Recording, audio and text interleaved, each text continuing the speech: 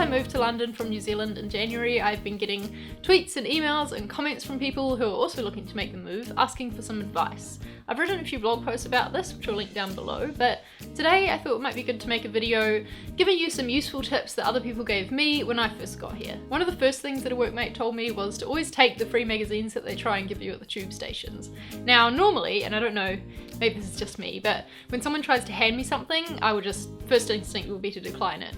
But with these magazines, you really do actually want to take them. On Tuesdays, there's Tubemap magazine, which is full of stuff about the city. So there's restaurant reviews and articles, and there's always like a list of places to go and things to do. So it really did help to make me feel more at home and get to know the city better. My other favorite one is Stylist, which comes out on Wednesdays, and that's like a beauty, fashion, women's interest magazine, and that is a really good quality magazine full of lots of interesting stuff to read, so I always take that one as well. Something else I was recommended by a workmate was an app called Transferwise to send money back home, or for getting money from my New Zealand account over to my UK one. Transferwise are actually sponsoring this video, which is very nice of them. They reached out to me after seeing me tweet about using their service, because recently I transferred a lot of pounds back to New Zealand to finally pay back my student loan, which is exciting. They've got a mobile app, or you can do it through their website, but I used the app on my phone. It was super easy to use, much easier than trying to do it through my bank website, that's for sure. And I really liked that it showed me up front exactly how much money was going to end up in my New Zealand account, because I did need an exact amount to pay off the loan. Most banks will charge you a fee for sending money overseas, and then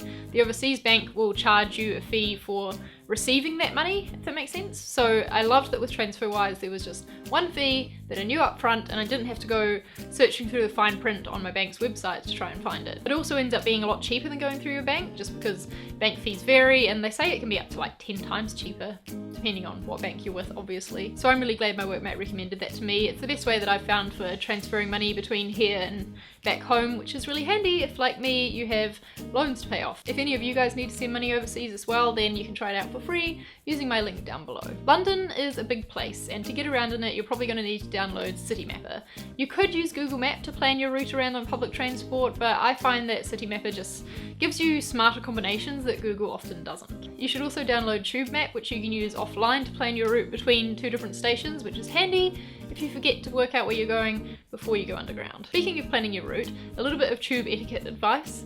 Try and not be the person that gets off the escalator and then stands there trying to work out if they need to go east or west or north or south, because you'll stop the flow of foot traffic and people get annoyed, so both of those apps are going to come in handy for that. Eventually, on routes that you do often, you'll get to know how far down the platform you should get on the tube, so that when you get off, you'll be right by the exit.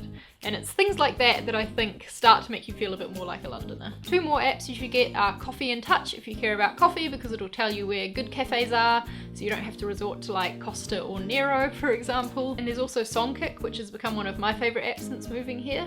It's an app for tracking when concerts are on for bands you like and buying tickets for them, and it also keeps track of which shows you've bought tickets for so that you have them all in one list. So those are a few things that will hopefully make you feel more at home in this giant city and be useful for starting your life here. Share this video around with anyone who you know might be moving over soon, or even just coming for a visit.